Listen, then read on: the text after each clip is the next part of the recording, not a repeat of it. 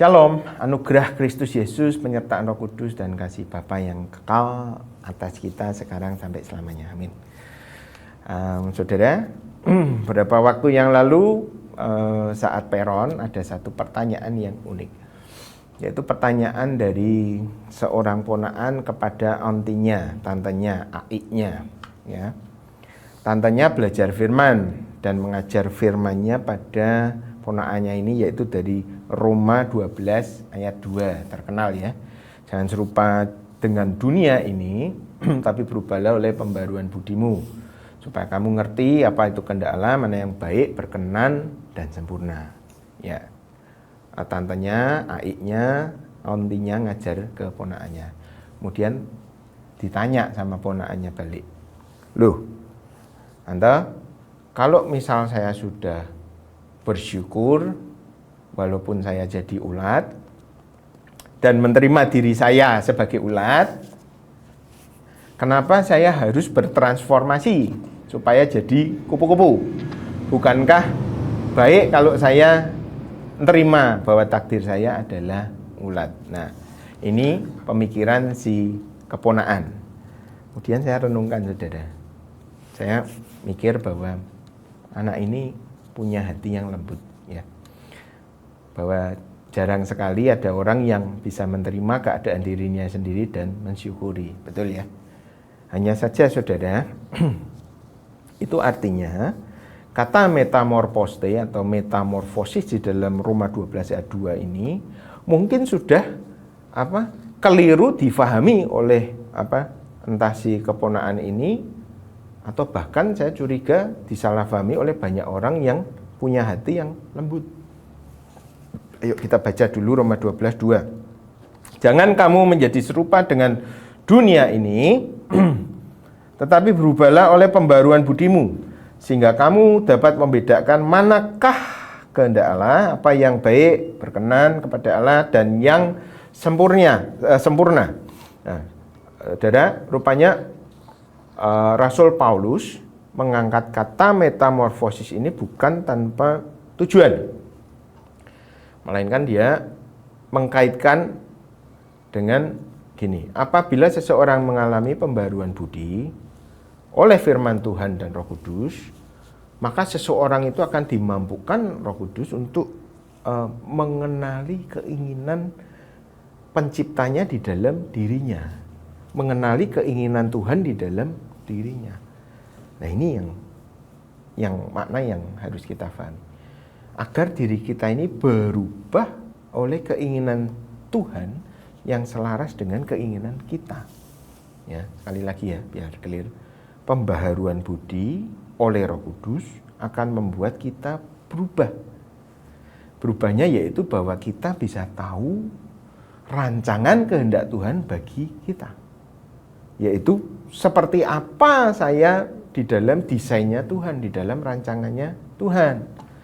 Nah, sebenarnya masalah utama kita sebagai manusia adalah bahwa tiap hari, saudara, kita itu harus membuat ribuan keputusan, betul ya?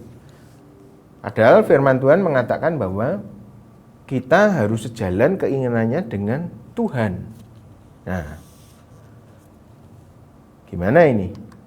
Semua tuntunan keputusan kita tidak ditulis secara detail di dalam Alkitab. Itu masalahnya.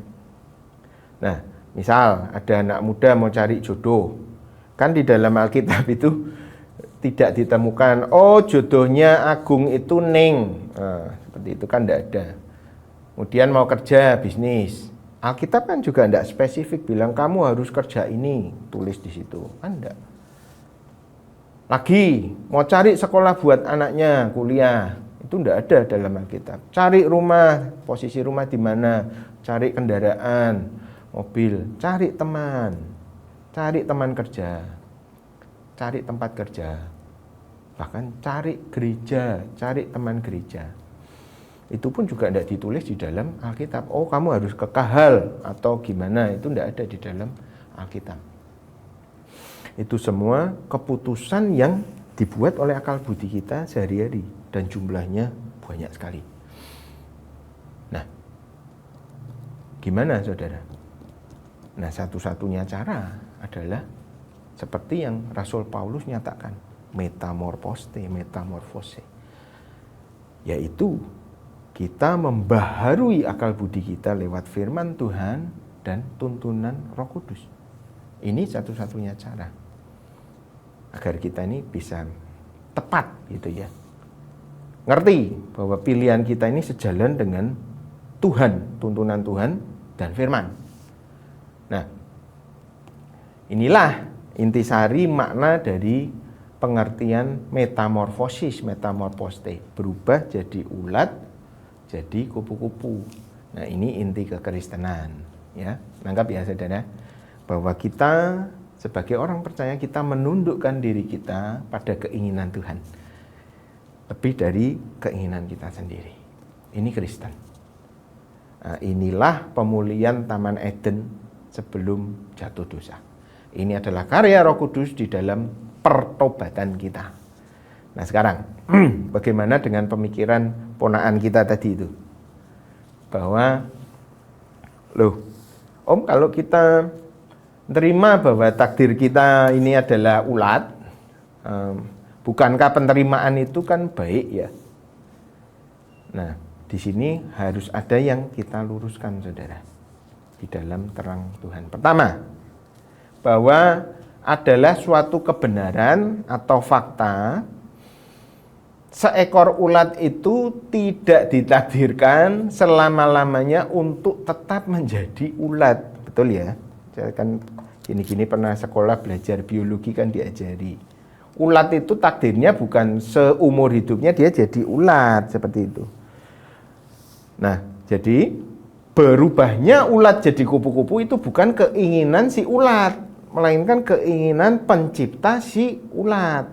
Ya, sekali lagi, berubahnya ulat menjadi kupu-kupu itu bukan keinginan ulat itu sendiri, melainkan keinginan pencipta dari si ulat itu.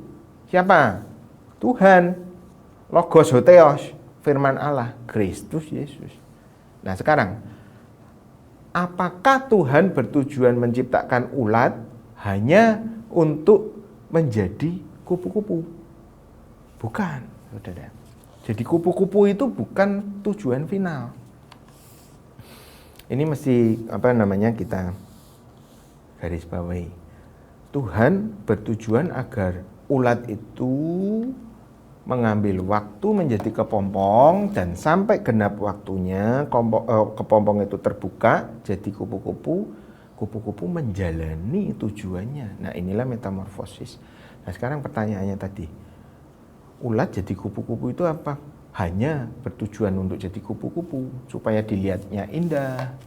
Ini kan yang sering jadi salah paham. Oh, kamu harus jadi seperti ulat jadi kupu-kupu, metamorfoste, supaya dunia melihat bahwa kamu indah di dalam Tuhan.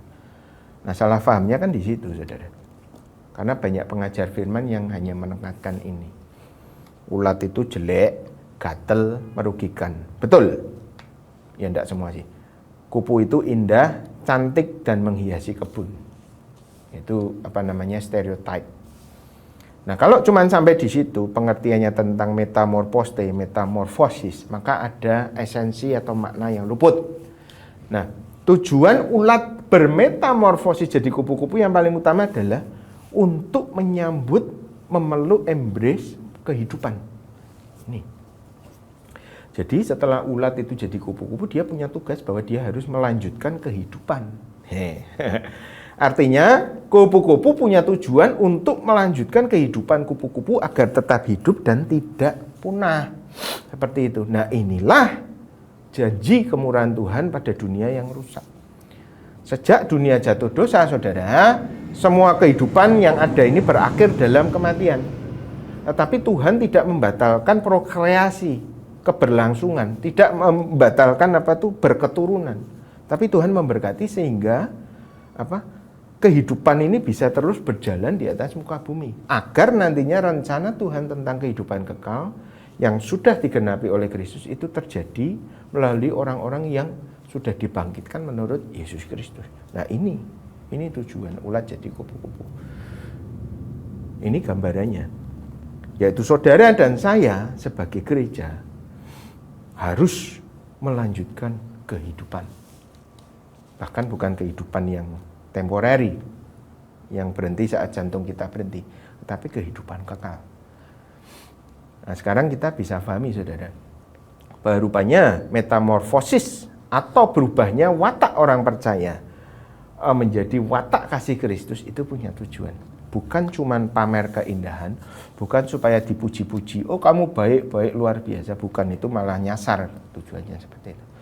Nah, tapi tujuan utama dari proses perubahan hidup kita adalah membawa kehidupan kekal kepada dunia yang sedang sekarat dan mau mati ini, yaitu dengan akal budi yang diubah oleh Roh Kudus dan firman yang akhirnya dapat memikirkan, jadilah kehendak-Mu ya Tuhan, datanglah kerajaan di bumi seperti di surga. Itu tujuan kita bermetamorfoste.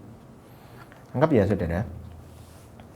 Jadi kalau kembali ke dalam tadi ilustrasi bahwa ada ribuan keputusan yang harus kita buat, yang mana itu harus sesuai dengan takdir kita di dalam Tuhan, maka ada tuntunan firman dan roh di sana yang akan membuat tepat kehendak kita selaras dengan Tuhan.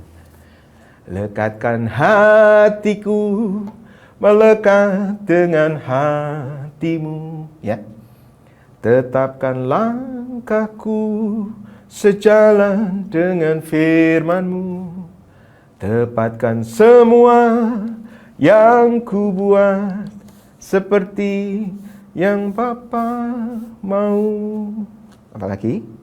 Datanglah kerajaan-Mu, jadilah kehendak-Mu di bumi seperti di surga.